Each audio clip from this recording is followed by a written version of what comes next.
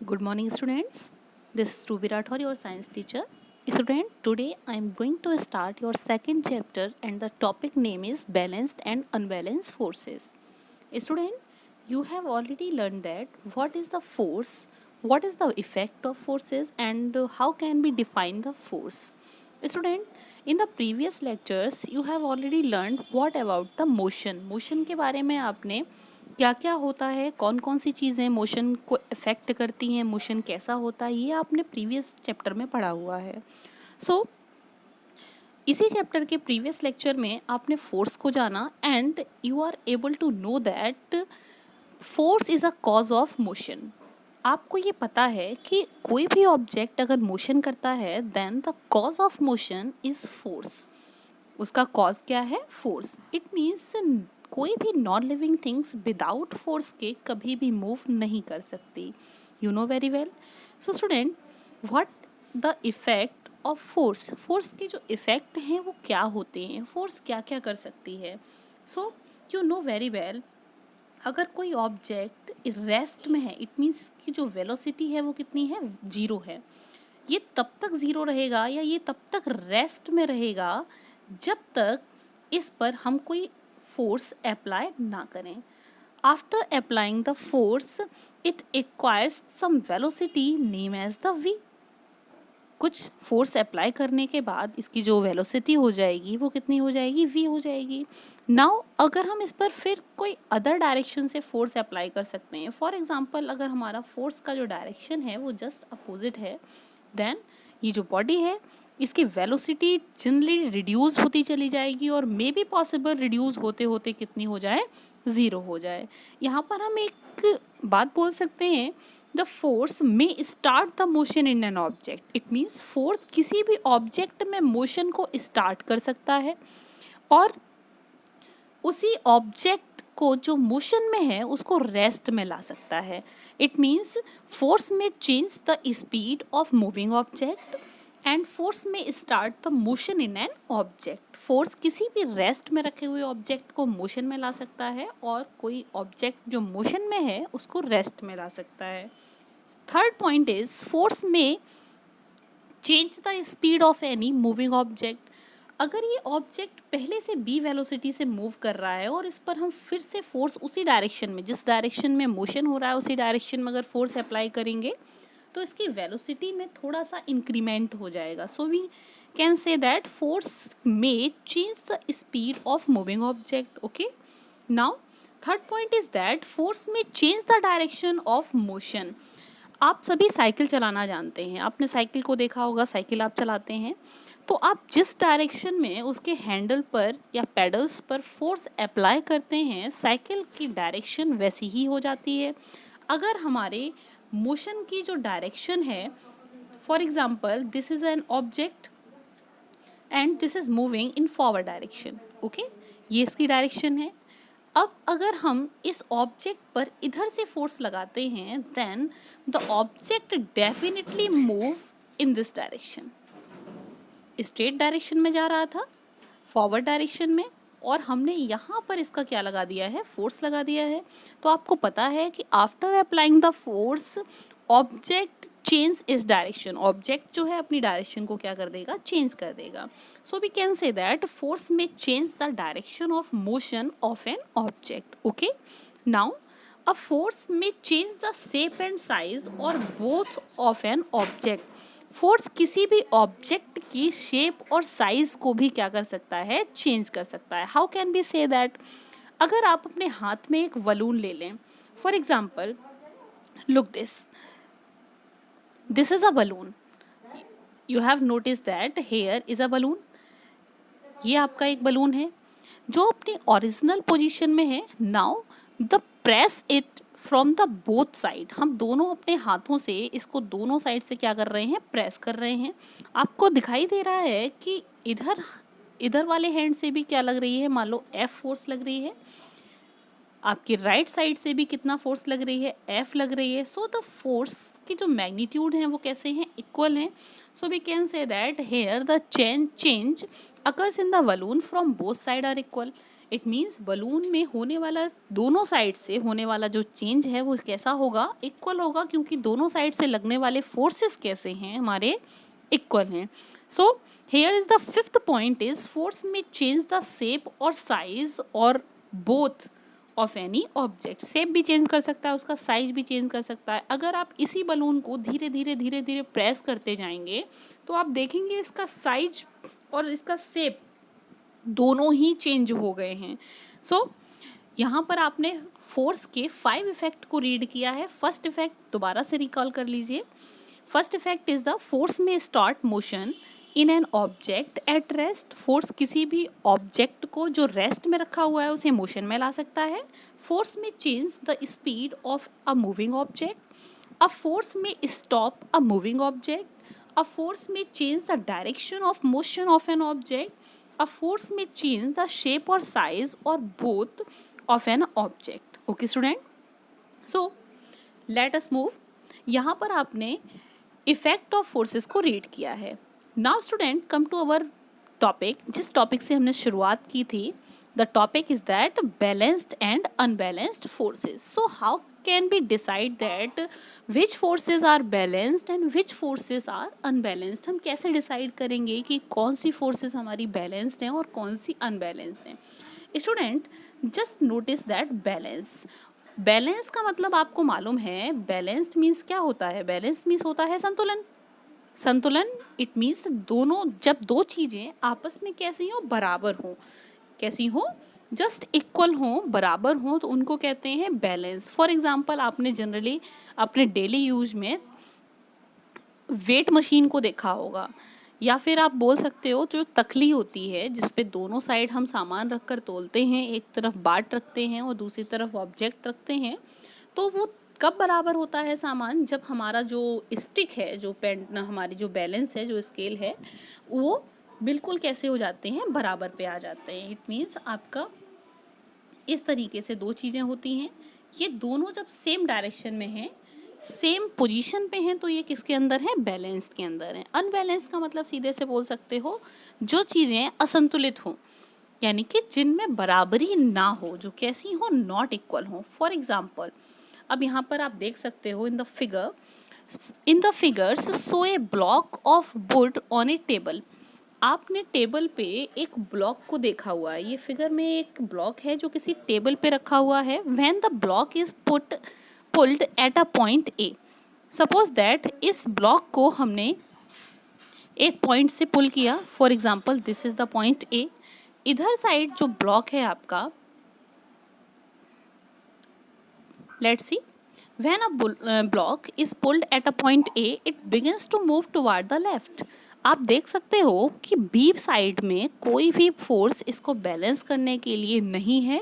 जब बैलेंस करने के लिए कोई फोर्स बी पर नहीं है तो आप क्या बोल सकते हैं कि मोशन किधर होगा ब्लॉक का. Then block absolutely move towards the left. Block किधर मूव करेगा, लेफ्ट में. आप फर्स्ट फिगर को नोटिस कर सकते हैं. Here the force is applied from the side of A side से हम फोर्स F1 अप्लाई कर रहे हैं, बट बी साइड से कोई भी फोर्स अप्लाई नहीं किया जा रहा है. यहाँ पर ये जो एग्जाम्पल है वो एक अनबैलेंस फोर्स का है. अगर बी साइड से भी हम F1 फोर्स को ही अप्लाई करते तो ये दोनों फोर्सेस जस्ट इक्वल हो जाते और ब्लॉक अपनी ही पोजीशन पे स्टे रहता. बट यहाँ पर ऐसा नहीं है. So the F1 is sufficient to move the block in the left side. Okay student, now let us see the second figure. Second figure में आप देख सकते हैं now is force F2 is applied from the side B. अब आपका जो force है वो किधर से लग रहा है, वो साइड B से लग रहा है. सो स्टूडेंट यहाँ पर आप देख सकते हो ए साइड में कोई भी ऐसी फोर्स नहीं है जो F2 को बैलेंस कर ले. So now we can say that block moves towards the right. These are the examples of unbalanced forces. यहाँ पर ये जो एग्जाम्पल हैं वो किसके दिए गए हैं, अनबैलेंस्ड फोर्सेस के दिए हैं. Okay, I hope you can get it. Now let's see,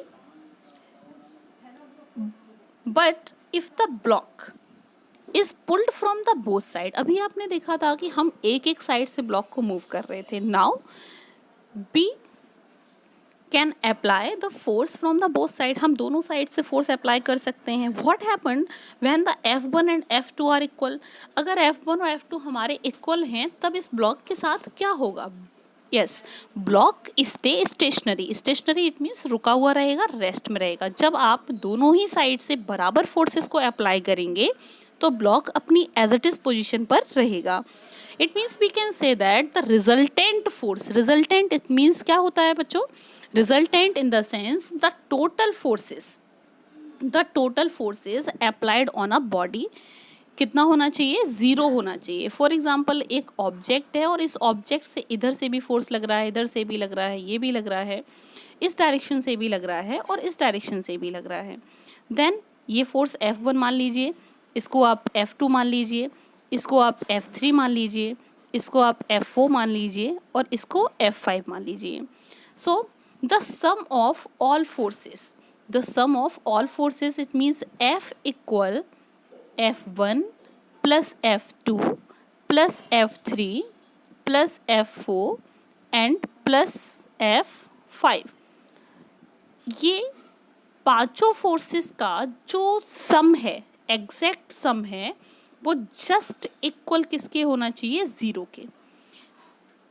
जब रिजल्टेंट फोर्स, इस एफ को तो हम बोल सकते हैं रिजल्टेंट फोर्स, यानी कि the total sum of the total forces acting on a body, this is known as the resultant force.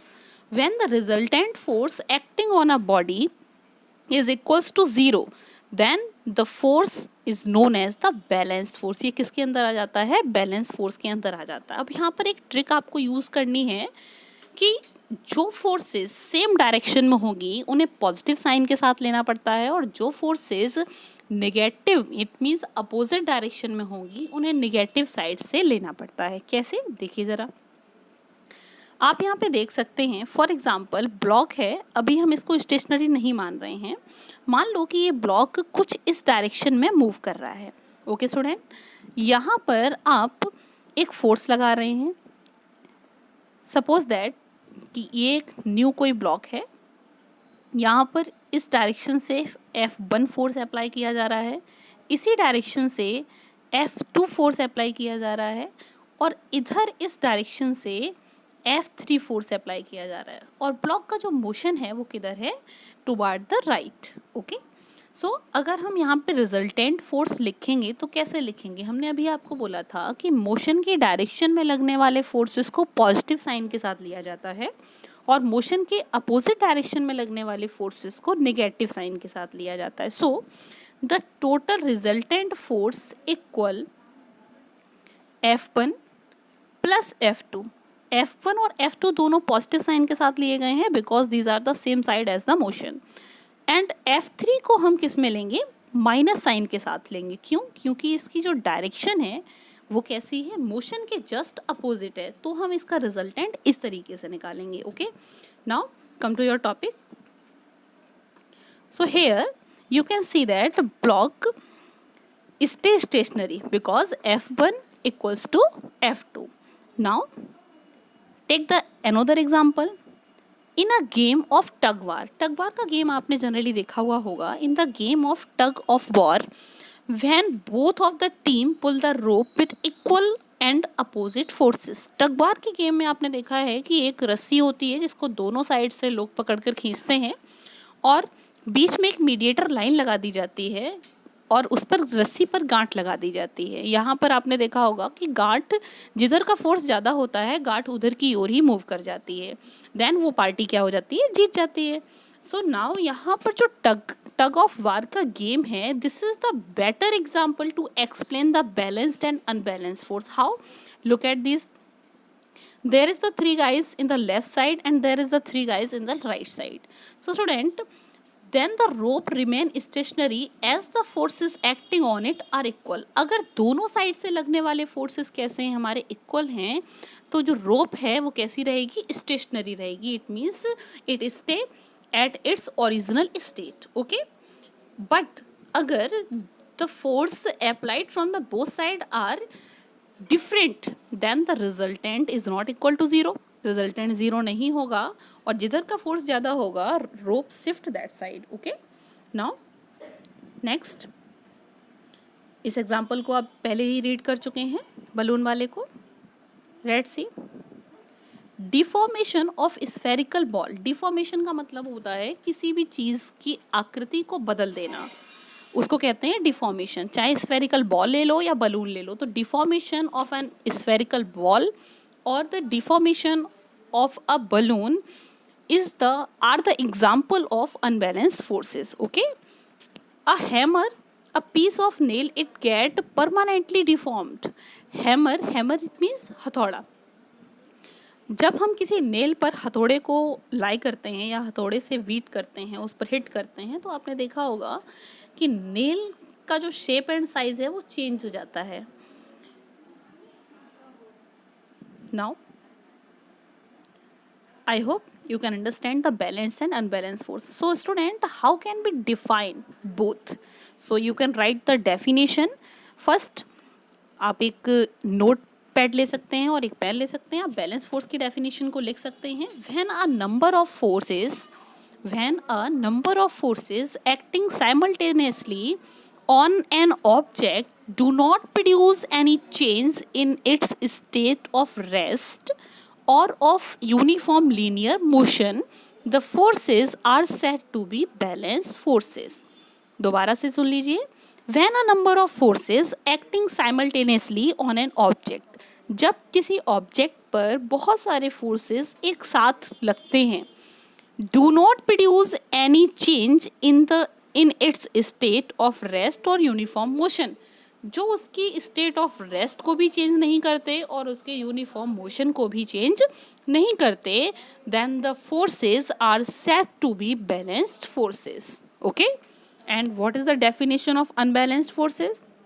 The definition of unbalanced forces will be when two or more forces acting simultaneously on an object, जब दो या दो से अधिक forces किसी object पर एक साथ लगते हैं, and have the non zero resultant force, और जिनका रिजल्टेंट फोर्स कैसा होता है? Non zero, it means zero ना हो, and change the state of rest of uniform motion of an object, और वो किसी भी ऑब्जेक्ट की रेस्ट की स्टेट को या यूनिफॉर्म मोशन की स्टेट को चेंज कर देते हैं, the forces are said to be unbalanced forces.